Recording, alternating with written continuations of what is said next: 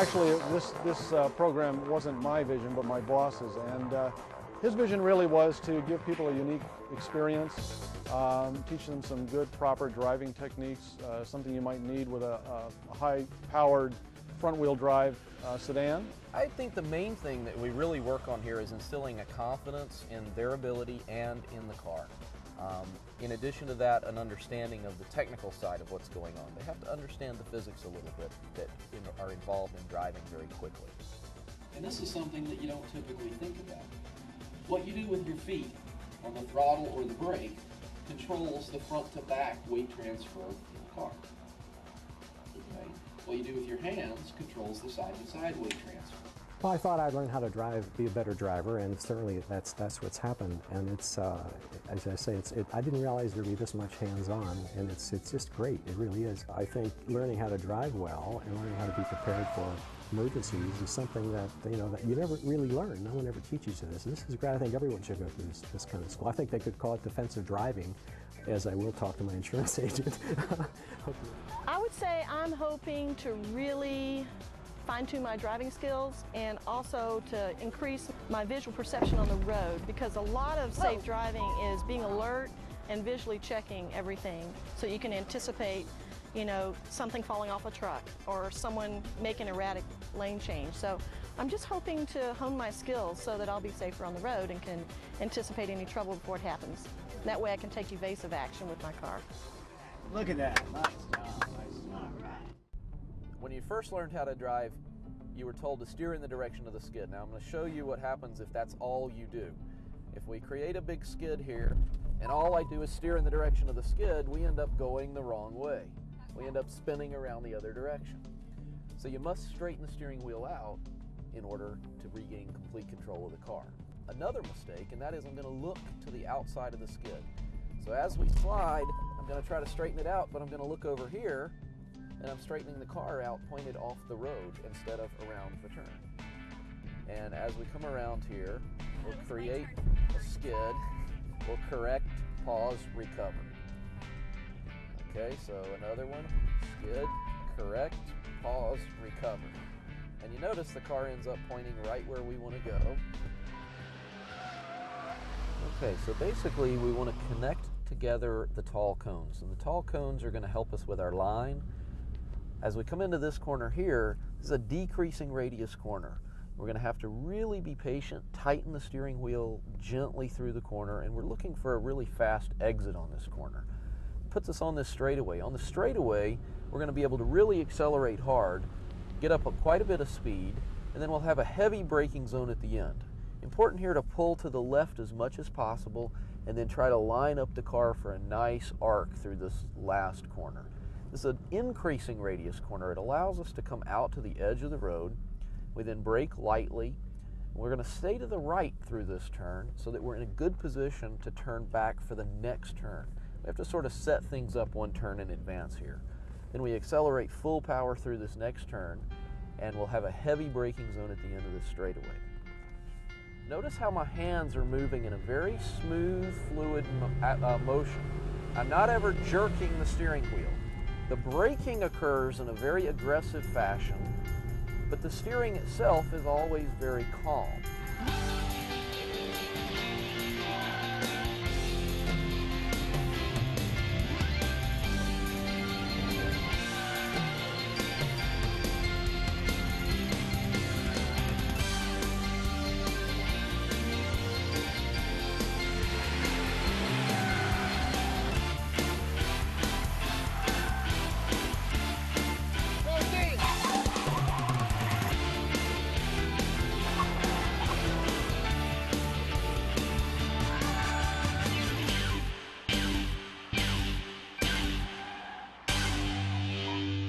Okay, the way this is going to work, the guys have placed the car in a box designated by the 4 cones that are laying down. Okay? The car is going to start and stop in that box every time. The wheels have to be within the confines of the box. If the bumper overhangs a little bit, you're okay. But if you overshoot the box when you stop, you got to back up. The way it'll work is your first driver will be in the car, strapped in, ready to go. When the car moves, the watch begins. That driver will drive 2 laps. Once passed, at the end of the second lap, they stop in the box, get out, put it in park, get out, walk over to the cones there, tag the next teammate, walks to the car, get in, seatbelt on, off you go. 2 laps, stop, and so on and so on and so on. You know, I guess that was kind of the breakthrough moment, putting all our skills together, and I didn't hit a cone, you know, so that was a real good sense of accomplishment. Now basically, as soon as you're ready, you go, and I will begin the watch as soon as you move. Okay, and then watch for Rob to stop you on your second lap. Yep. There we go.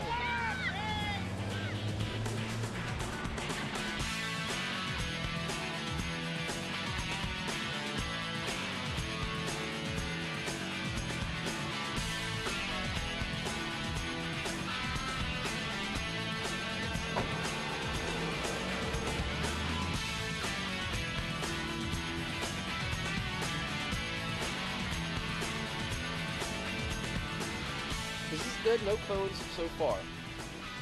Doing fine.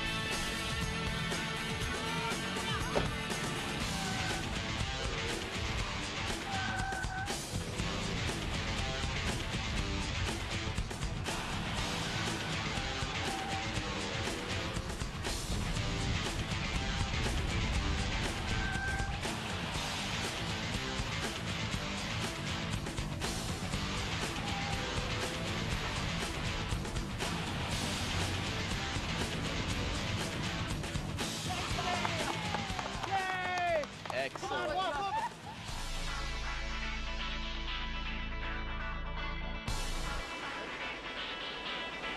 Yeah, right there.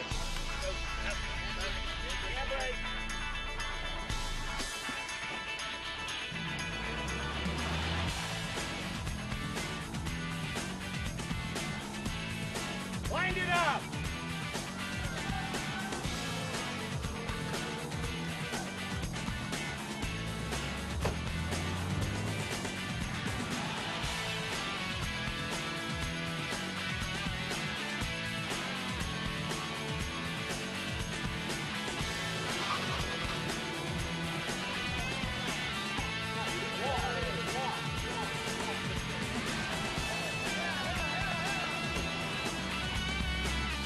It's going to be very, very close. We've got one more lap to go.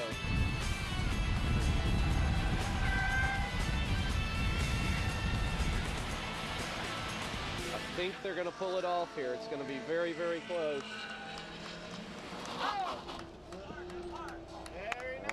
9:43. You're done. Go team! Go team!